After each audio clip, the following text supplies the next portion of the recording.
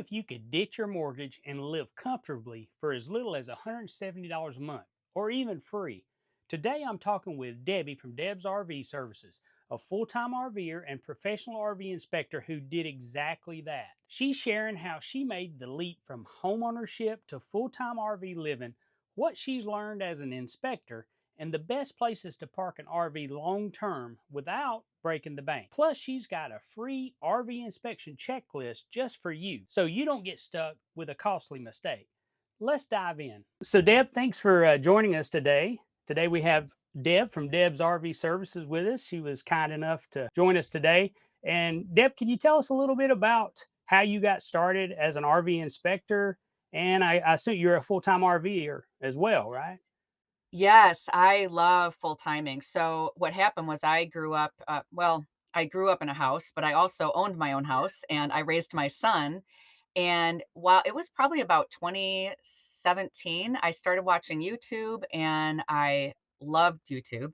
Right. I started thinking about van life and wanting to travel. I started watching other people. I watched Cheap RV Living with Bob Wells and, oh my gosh, he showed like a solo female that had left her corporate job and was driving around the country in an SUV with a little tab trailer. And I fell in Mm. love. And it was like after that, I just started binge watching all of these YouTube channels, anything I could get my hands on where it would show me that lifestyle. So I thought, how can I do this? Because at the time I was working in healthcare. So I have a background as a physical therapy assistant. So I worked in home care for 10 years while I had my house. And I thought, can I take that on the road? I really didn't think it would be a good choice, even though you can be like a travel healthcare worker. You still have to stay in one spot for like 13-week assignments. So I started thinking, what can I do on the road where I can travel and live in an RV and see the country and also bring an income. And I found this school that was offering like a program for RV inspections. And I met another girl that was in healthcare and she was going to take the class. So I asked her, "Hey, how did the course go? I'm interested in maybe possibly taking it." And she loved it. She said it was wonderful. So I went ahead and signed up for the course, and it was about that time that COVID had hit. So it was right after COVID that I was still doing healthcare, but the work kind of waned. I wasn't able to go into people's homes. So I was really had a lot more time on my hands, and I started thinking more about that course, and I had signed up for it. So when I signed up for the course, I had to fly out to Texas, and it was about 3 weeks long, and I went out there and I took the intro to just learning tech stuff because I really knew nothing about how to use a multimeter. I didn't really know about electricity, 12 volt, basically. So I had to learn all that stuff, and it was wonderful. I felt really empowered by going through the program and learning how to being able to use a multimeter and test things was so fascinating to me.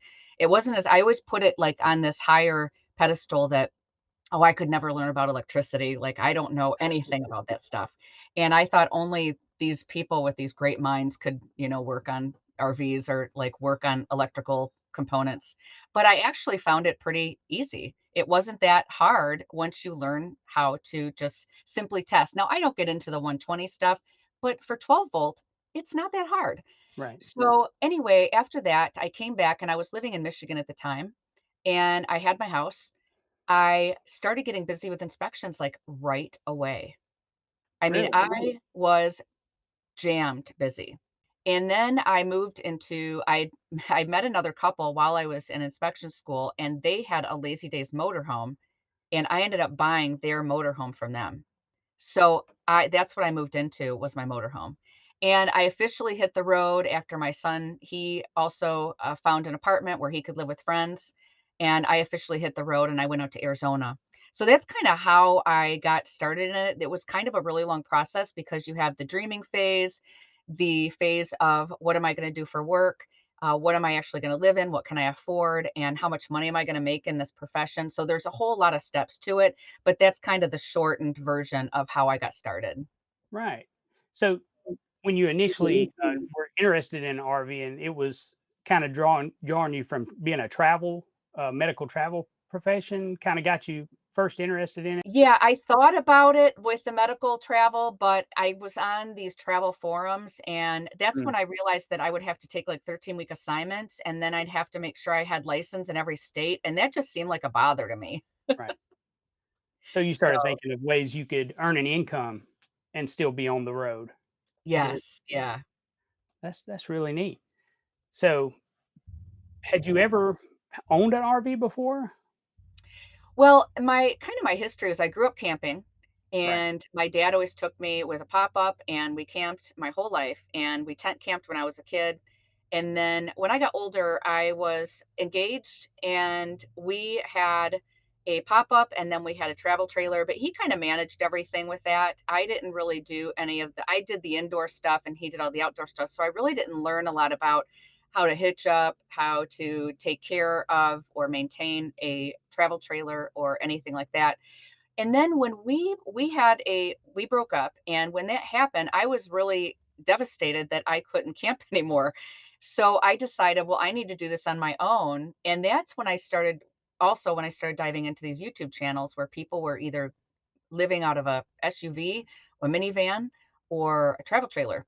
I started out getting a minivan because I thought, well, that's doable for me. My son was still in high school. I could use that to take the kids around and do events. And then on the weekends, I could use it to go camping. I watched some channels on how to get a minivan set up and for camping, and I played around with that, and I used a tent and a minivan, and I just went camping. I used what I had, and I went camping, and I absolutely loved it. But when you're in a humid type climate, like I was in Michigan in the summers, I realized real quick that I needed an air conditioner. Mm. So I ended up saying, you know what, I'm going to get a small travel trailer that I can tow with my minivan. And that's what I did. So I had a small travel trailer and I used that for quite a while. And I used to just go camping on my own. I learned how to travel on my own and I got comfortable with it. And then I went to a vintage travel trailer. And then after that, I went to the motorhome. Yeah, the older I get, I tell myself that I can pretty much live if I have air conditioning and a comfortable bed. So that's Yes, my the tent camping is out at my age. I'm that's I'm right. done with the tent camping. That's So right. so you've obviously done both. You've Mhm, lived full time as an RVer as well as been a homeowner. And mhm. obviously a lot of folks are interested in going the RV route nowadays with the van life and all of the things that are popular and they make it look so help me out here. Inviting. Thank you. Yes, they make it look so exciting and everybody wants to do it. But since you've done both, can you tell us what your take is on compared RV living versus a house? Is it really that much cheaper as people make it out to be? Or how does the cost of full-time RV living compare to a traditional house, in Okay. your opinion, now that you've done both? Yeah, so definitely a house has been more expensive. When I had 2 houses. So in my history, I've owned 2 homes. Mm, The first home, I had the crash of 2008 and I lost my house in a foreclosure because I worked my job, but then my job ended and I was a contractor at the time. I wasn't in healthcare yet. And I just couldn't make my mortgage and there was just nothing else I could do and mhm. I ended up losing my house. So I ended up rebuilding everything up and I got another house. I rented it first and then I owned it. And then COVID hit. So, it's like you have these situations and here's the thing. When you own a house, you don't really own it until it's paid off. And you're paying this monthly mortgage, you have your escrow, you have all of the other payments, your utility bills, and you still have your car payment and all that stuff. And if you don't make your payments, you lose the house. Yeah. The difference is my RV is my RV. I purchased this for $25,000. I paid cash and it's mine. They can't take it from me. There isn't something that I have to worry about aside from the cost of where I'm gonna park it. Mm, Now, you can be as expensive as you want and park in RV resorts, or you can be as cheap as you want and boondock, which is mm, dispersed camping, free camping. You have to have the land available to do that, and it's mostly out west. So there is a difference between like right now I'm in a park that's literally 170 a month. It's like in Quartzsite, Arizona. It's like the corner of Arizona where there's a lot of dispersed camping out here. But for right now I wanted the hookups. So I have a spot that I basically can rent for the whole year and I can come and go as I please and I have a shed. That works for me. But it's a lot of times I boondock, so if I'm out in Colorado, if I am out here if you're in Utah, if you're in Nevada, if you're in places in Arizona, there's a lot of places that you can just disperse camp, and you can use apps for that. But you also have to invest some money, and you have to have your RV prepared to do that because you have a battery bank, as you know, you have to have solar so that you can recharge your batteries, and you have to have an inverter. So that's a whole other area. So as far as the costs go, there are people that spend as much money as living in a house, which we call sticks and bricks. Hmm. They spend as much money RVing because they stay at resorts. Resorts can be $1,000 a month. So in Florida, they can be highly expensive and other areas, but in average, you're spending between $800 and $1,000 a month at an RV park if you choose to stay there. So that can still be pricey for a lot of people. The only difference is you do own if you buy your RV and you buy a used one outright, you own it. So even if you couldn't afford the rent, you maybe find somewhere else to take it. There's a lot of different ways to full-time RV. You just have to figure out what works for your budget. Sure. And a lot of my viewers are in situations where they're stuck where they're at. They're living on a fixed income, and their rent or mortgage payments are just outrageously high, Mhm. and they're looking for a way out. They're looking for a cheaper way of living. Um, what do you think about the difference between buying an RV? And when I say an RV, I guess I assume we're talking about a drivable RV when we say RV versus a tow vehicle and a camper Okay. or a trailer. Um, do you have any Yeah, opinion about folks what they should look for as far as the difference between those two and maybe the I cost involved? And yeah, I do, because if you have a place where you can stay permanently, a travel trailer fifth wheel is gonna be a great option for you because you basically are gonna leave it in one spot. You don't have to worry about towing it. If you have the land, even if it's a property of a person that you know that has Mhm. land that says, "Hey, you can park this on my property." Or if you can get land and you can just have something and they allow you to have a travel trailer fifth wheel, you have to always check the laws. That is a good option, but if you plan on wanting to go and travel different places, I would definitely say motorhome. And motorhome, the reason why I wouldn't say that for a person that's gonna stay in one place is because you have to pay motorhome fees every year, just like a car. Mm, The newer your motorhome is, the higher your plates are going to cost, like the sure. expense of your plates and depending on your home state. Right. So I have an older motorhome and in Arizona, it was relatively inexpensive for me to get my plates renewed, and I just got it renewed for 2 years instead of 1, and it barely cost me, I think it was like a couple $100, but that's because Wow. Arizona, based on the value of my motorhome now because it's older, it was lower. Right. But with a travel trailer, you can get just a permanent plate. You don't have to keep renewing it. And Sure. then you get one that is used, and you can have it on a piece of property. So that's kinda how I feel, like, if you're going to travel, I would say motorhome. If you're going to stay in one place, I would say travel trailer, fifth wheel. Okay. So I just have a couple of folks that come to mind that I get emails from people constantly that are in rough situations looking for ways to get out into more affordable housing. Mm. A couple that come to mind is a young lady who is living on 1,690 a month fixed income, and her current rent is 1,130 a month. So if you can imagine, Yeah. and she's asking for advice, and the first thing I thought of course, her question was, how could I get into a tiny home or a shed conversion like my wife and I live in? And that's a tougher, I think there's a larger barrier to entry to get into something like that because you have to have the land. You pretty much have to own the land in order to build on it, um, and then you have to have the money up front for the materials to build at least enough to be able to live in it. And so my mind went to an RV or a camper and something used. Mhm, Um, and then I'll tell you about our other viewer that contacted me was a young man, a 39-year-old veteran, who was actually living in his car. mhm. He had lost his job recently, and he had $5,000 saved up to his name.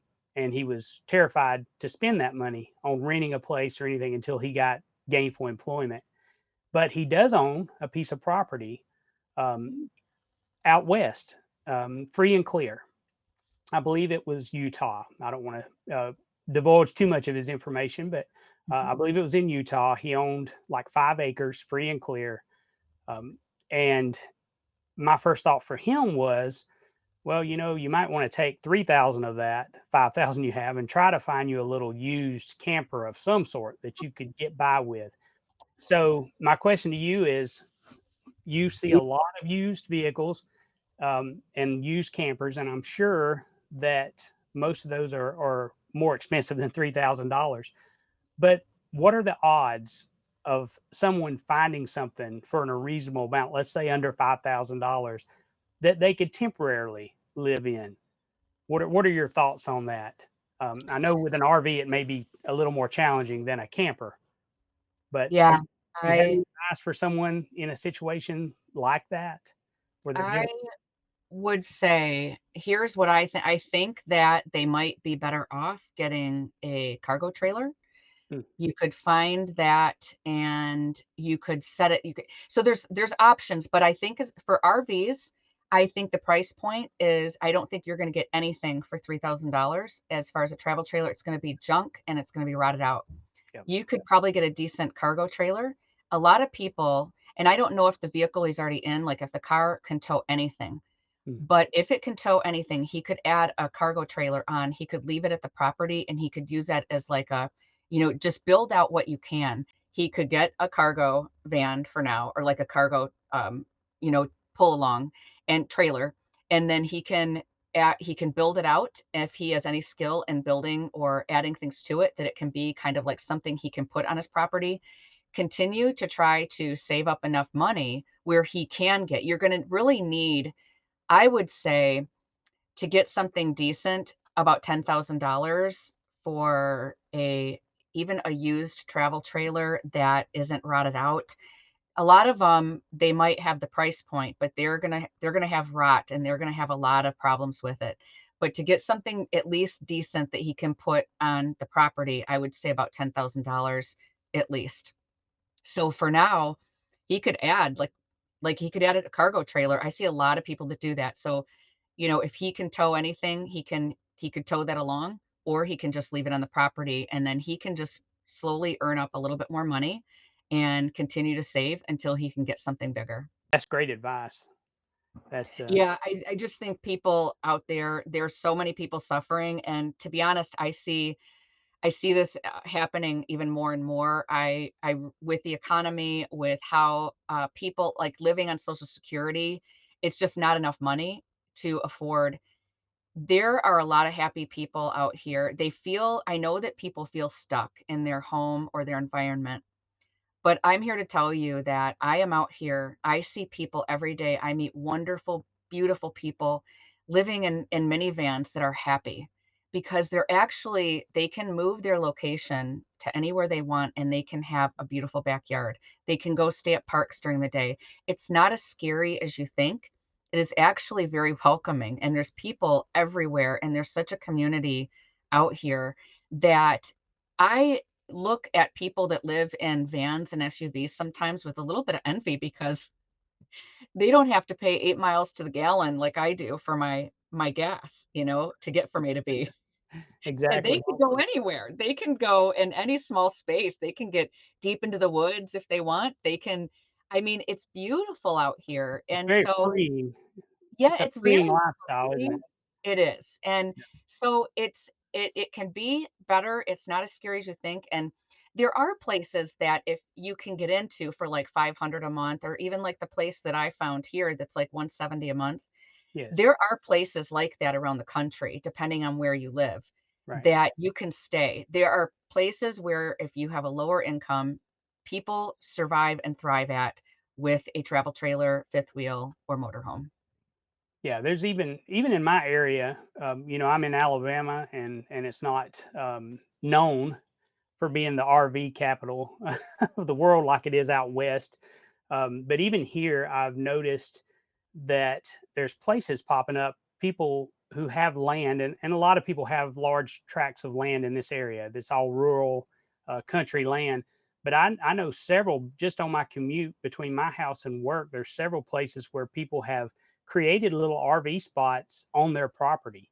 Just right Mhm, down the road from me here, I think the guy has like 4 spots, and there's a always 2 or 3 fifth wheels there, and they're kind of a long-term, they seem to be long-term renters. I mhm. haven't stopped and talked to my neighbor and asked him what he was doing, but, I assume he's just for a little bit of extra income, he created some RV spots. So, even in the South, we're starting to, uh, get something that was not common before. Yep. It's the hardest part about the South is the humid conditions. Mm, It's when you have the heat with the humidity, it's really tough. yes. You have to have air. Out west, I can stay here all winter long and I don't really need to use my air conditioning. It's dry enough and the nights chill out to like 50 degrees, sometimes 45 degrees. It's really not bad at all. But when I go to like I said, when I go to Michigan, and that's up north, Right. and that's still hot and humid to me in the summers. I have to have my air conditioning. And so the South, woo, Yeah. that's Yeah, that's like a different level. it's hot here. We I have spent air conditioning.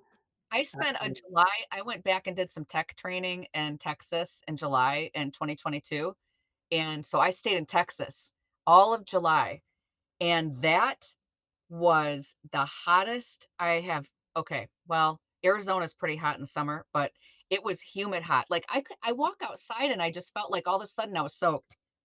Right. Yeah, it Just doesn't take long. It yeah, doesn't take it's long. crazy. So, I consider you an expert, especially, compared to me and anyone else I know on RV repair, and you obviously have made a great career out of doing inspections on RVs and campers. Could you possibly give us just a little brief overview of some maybe major things that you've seen that folks should kind of be looking for if they're not lucky enough to have someone like yourself in their neighborhood, where they can hire a professional inspection? Can you just kind of run over a few things that you see that may stand out to a layman when Yep. they're checking out a used one? So the biggest thing, if you can have somebody climb on the roof and look at the seals, it's super, super important because that's where a lot of the water intrusion begins. It's all about preventative maintenance. So you have vent fans, you have air conditioners, you have plumbing vents, and all those things need sealant around it. And what Mm, happens is over time, that dehydrates and holes and cracks form. And as soon as they form, water can get in. So you really want to have somebody thoroughly check the roof and then go on the inside and start looking at things like inside bathrooms around skylights. A lot of times you'll see soft spots and water intrusion there. Front caps of RVs on the inside up at the ceiling where slides are present, look underneath the slides and look for rot because that those are the things. So a lot of slides equals a lot of potential for water intrusion. My motorhome has 0 slides, and that was on purpose because I know from being an inspector that slides are notorious for getting water intrusion, and a lot of it has to do with the ability to get water in there. There's lots of different openings, there's screws and stuff like that, and if the maintenance isn't kept up and there isn't good silicone over there, then there is gonna be some water that gets down into the screw and then rots out the floor. So, having somebody just check for preventative maintenance and making sure that all the seals are have been maintained is really important for somebody to look at. yeah, I've purchased a couple of used campers in my life, and it seems like when I'm out looking for something to buy, the trouble I've always seen is soft floor right at the door. And maybe you can explain that. And also, obviously, leaks that leads to soft floors in the bathroom for some reason. It always seems like it. If you're going to find a leak, it's it's in the bathroom. Maybe it's because of the fans and stuff that are involved with and the It venting. really a lot of it has to do with what happens is the plumbing around areas. So, sometimes with the door, it could be that it's also near a sink. So, anywhere there is a sink or if there's a slide on the other side of it, the water gets in through the slide, comes into the main floor and spreads. So, if you're in humid areas, which is your area, Right. you're gonna have the more humidity you have, the more the water isn't going to dry up, and it's going to just continue to spread and rot. So if you're in a bathroom and there's a leak behind the sink and it's not caught right away, or even if it is caught, there's still water saturated at the level of the floor, and because it doesn't get the opportunity to dry out, it's going to spread, and then as it spreads, it rots the whole area, and it just continues to rot. So that is why you would find the flooring around that. Can you hear my dog?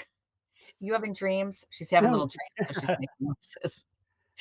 That's why you're gonna have some rot that's going to spread along the whole floor, and then it develops into soft spots. Okay. That's good advice. Good advice. So if someone wanted to have a professional like yourself check on an RV or a camper, I assume you do RVs and fifth wheels, campers. You inspect it all. If someone wanted to hire a professional like yourself to take some of the worry off of them, what kind of price range are they looking at when they hire someone? So I offer 2 types of inspections, and one is a lower price point for people that just want me to do a general overview, and it's basically the same price, and it's for 2.5 hours of my time. It's $675, and I go use a checklist, and I go through the whole RV. What a premier inspection, the cost varies between 800 and it's like $1,600. It's give or take some because it really depends on I get a lot of people that want, like, a 40 plus foot diesel pusher. These are in the $500,000 range. So Sure. they're gonna be a really high price point because it takes hours and hours and hours. Then I'm providing a very detailed report with hundreds of photos and videos. When you get down into a smaller travel trailer, you're just if it's a basic travel trailer, like I said, you're looking at, like, maybe 775 or 875 for a fifth wheel or up to 975, and that includes a report. The reason I offer the 675 is because some people just want me to just go through it and they don't necessarily need a huge report with model number and serial number and pictures of the temperature of water and all that. So that's why I offer that. So that's kind of the range of how the pricing that I offer. They're just looking for your opinion. They just Yeah, they they just want you to give them a thumbs up or a thumbs down. exactly, Yeah. exactly. I also will have like, what I'll do is offer education, so if somebody wants to just buy an hour of my time and have me they would purchase the, travel time for me to go out there, I can meet the client, and I can provide education where I go around the RV with them, and I can point out stuff that I find wrong, and they can just say, "Well, hey, I just wanna borrow you for an hour, and can you come out here and walk around with me and tell me if this looks okay?" Hmm. I work with people wherever they're at, so I can do it based on the hour or I can do it based on the job. Right. And that may sound like a lot of money to some folks, but you also got to remember, it, like you said, if you're talking about a big diesel pusher, I assume you're Mhm. talking about the big, what is that, a Class A, the bus? Class A. Yeah. I mean, can you imagine all the systems that you have to go through, It's the crazy. complicated systems? And not to mention these folks, they're fixing to invest what, quarter million to $500,000 easy on some of Yeah, these. So that's a small price to pay for peace of mind. it really is because I always tell people, one thing I find could be more than the cost of the inspection. Sure. One rotted out slide can be $5,000 to $7,000 to repair. The cost of the inspection is nothing compared to what they would be paying if they had to redo a slide that was rotted. But you were kind enough to offer something for my viewers. You said you had a checklist that they could download and do like a little self inspection themselves, kind of a way to get them started. Yes. Yeah, so what I have on my website is I have a newsletter. You can subscribe to my newsletter, and then what you get is a PDF checklist so that if you wanted something like a template that you could go around an RV and just look at all the systems, I have a detailed checklist and you can take that with you and look at the RV and kind of do your own DIY and go through the inspection checklist. Great. That's so kind of you. I'll be Mhm, sure to leave a link down in the description with mhm. your YouTube channel as well as your website and a link to how they can sign up for your newsletter and get that checklist. Perfect. Deb, it's been so nice talking to you today. I really appreciate all your good advice and your experience. It sounds like you know way more about RVs than than I could ever hope to. Well, I appreciate you having me on here, and I love what you're doing with your channel, and I love tiny homes. I look at that all the time too. So you're going to help me, and I can help you, and we'll just, this is a great team. That's right. Well, I really appreciate your time. Thank you. You All too. right. Take care. Okay. Bye bye. Man, this has been an eye opening conversation. Whether you're looking for a more affordable way to live, a way to travel full time, or just want to downsize and simplify, RV living could be an incredible option. But before you go buying a used RV, you need to know what to look for. Debbie has put together a free RV inspection checklist so you don't end up with a money pit. Just click the link down in the description to sign up for her newsletter and get your copy today. And if you got value from this conversation, drop a comment below. Would you ever consider full time RVing? Let me know. Thanks again to Debbie from Deb's RV Services for sharing her experience and her expertise. Her YouTube channel is also linked below, so be sure to check it out. I appreciate y'all watching, and I'll see you in the next one.